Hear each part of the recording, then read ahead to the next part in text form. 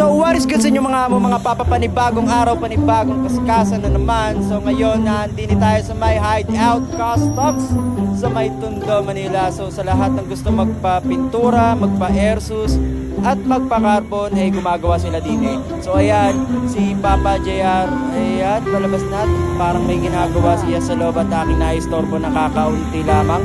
So shoutout sa'yo Papa JR.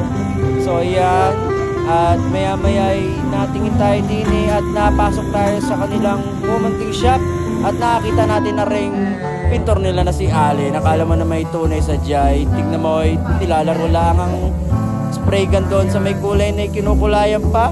Parang nilalaro lang. Kala mo talaga yung tunay sa jay. So ayan, may pailaw-ilaw pa. Kala mo na may kung ano talagang tinitignan diyan. Ay talagang blue naman iyan. So ayan, kinukulayan niya rin ultimo ang kabila.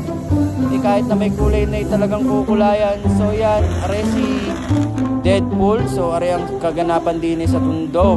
So talagang taga dito naman talaga ako sadya kung tutusin. Eh doon na ako nagstay na sa Quezon for a while. So ayan ang spot dito. Kung kayo nagugutom pa nagpapagawa, pwede kayong magpakain doon o kumain. Samgyupan na yon. So ayan, tapos na si Papa Allen na magpintura kuno. At yan, may ginagawa rin na airsus na motor. Ayan si Deadpool na ating babalikan bukas dito sa Hideout Customs dahil meron tayong agenda kay Deadpool. So pagkatapos niya, pumunta tayo ng Valenzuela. Sinundo natin si Mrs. doon sa kanyang pinagpasukan. So pagkakuha, umuwi, natulog at kinabukasan, ito na ang kaganapan. Tayo ay lumarga na ulit at namiss ko ulit itong C3 na ito. Dito ako nahuli ng HPG, sobrang saya kasi nga nakasando chinelas at nutshell lang ako. Napakaangas talaga at si Doraemon ang dala natin. So yan, nung nagpunta kami ng Divisoria, Tutuban at nag-ikot kami, namili kami ng mga regalo para sa mga anak namin. So yan, boss na boss talaga, kita mo naman, naka-jacket pa, kala mo yung si Tanggol, mananapak dito. So yan, kala mo yung nag-aabok dito, nag-aamok, ayan o. Sinusundan ko lang, tamang sunod lang ako, taga-bitbit lang naman talaga ako ng mga pinamili. So pagkatapos namin mamili at kumain, bumalik na ulit kami dito sa may Hideout Customs. So ayan, Papa, shoutout sa iyo kung sino ka man. So ayan, si Poging Lamig na nasa labas at inaantay namin, si Papa Ian.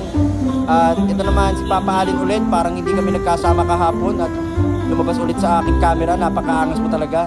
So yan, ang serye ay sarado pa itong shop. So inaantay natin si Papa yan hanggang sa dumating na siya. So yan, ayan ang Mio na nabili daw nila, panibagong project bike daw na gagawin nila dito sa shop nila.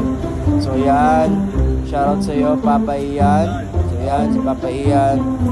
At nung nagka-ayos-ayos na, nung okay na, kasi parang may kinuhang kaha itong nakaban.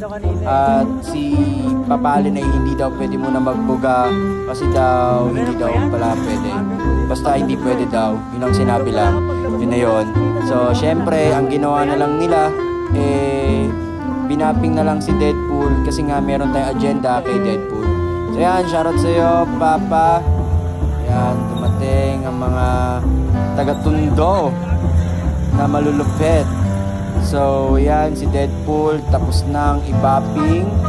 Ayan, napakakinis, pwede ka talagang manalamin. Dito lang yan sa Hideout Customs sa may Tondo. Kung kayo'y malapit lang dito, pwede nyo sila i-PM sa page nila. Pwede kayo rumekta rin dito, mag-walk-in. Bahala kayo kung saan kayo masaya, doon na kayo. Gusto nyo magpa-pintura, lahat ginagawa nila. Versus at kung ano naman. So ayan na, napakagaling ng aking misis. Landscape ang kinuha sa aking pagpipitik kay Deadpool. So syempre, nung natapos na agenda natin kay Deadpool para pitikan, tayo nagpasalamat sa kanila.